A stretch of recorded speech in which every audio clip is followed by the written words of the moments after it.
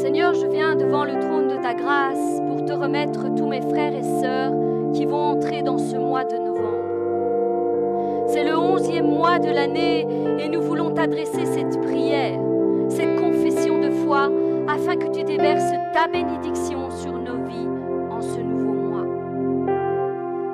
Seigneur, fais-nous la grâce de voir ton royaume et d'y habiter pour l'éternité.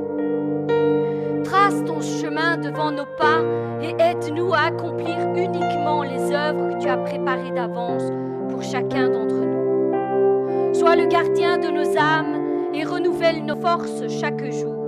Que la force de ton esprit repose sur nous afin que nous renversions tous les plans que l'ennemi forgera sur notre chemin.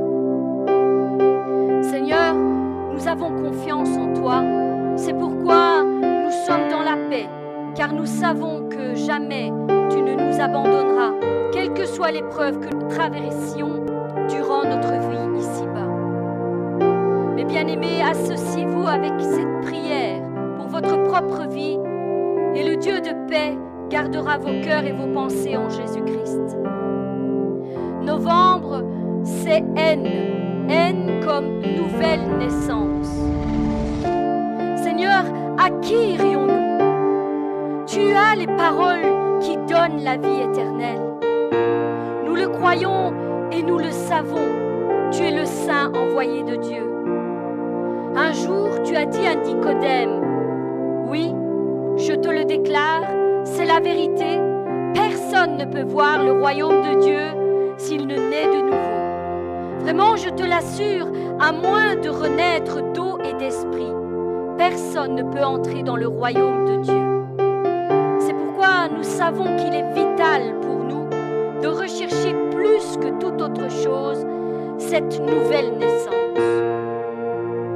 Seigneur, je te prie pour chacun d'entre nous, que le Saint-Esprit vienne graver dans nos cœurs la vraie nature de Christ, afin qu'elle produise en nous le fruit de l'Esprit en abondance. L'amour, la joie, la paix, la patience, la bonté, la bienveillance, la foi, la douceur, la maîtrise de soi. Contre de telles attitudes, il n'y a pas de loi. Ceux qui appartiennent à Jésus-Christ, nous dis-tu, ont crucifié leur propre nature avec ses passions et ses désirs, et ils vivent maintenant par l'Esprit. C'est pourquoi nous aussi, nous voulons nous laisser conduire par l'Esprit qui agit en nous. Oui, que le Saint-Esprit vienne nous changer et nous transformer toujours plus à l'image de Christ dans tout notre être entier, corps, âme et esprit, car nous reconnaissons que ce ne sera pas dû à nos propres forces, ni nos propres efforts, ni notre propre intelligence, mais par la puissance de l'Esprit de Dieu. La transformation intérieure ne peut se produire qu'avec une relation étroite avec Jésus-Christ.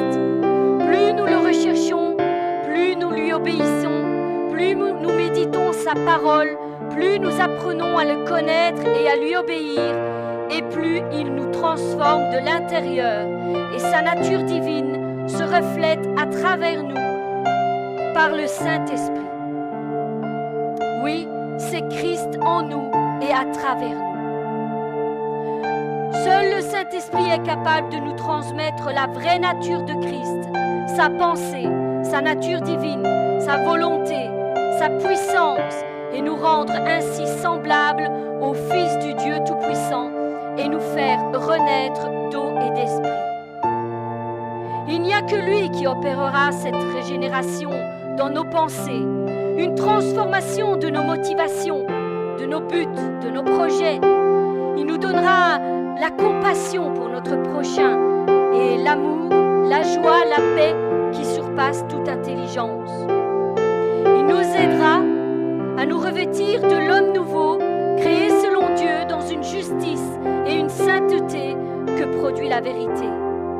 La nouvelle naissance purifiera nos cœurs et nos pensées en Jésus-Christ. Merci Seigneur de nous avoir déclaré cette incroyable promesse depuis bien longtemps et de nous permettre de la voir s'accomplir dans la vie de tous ceux qui t'acceptent de tout leur cœur, de toute leur âme et de toute leur pensée.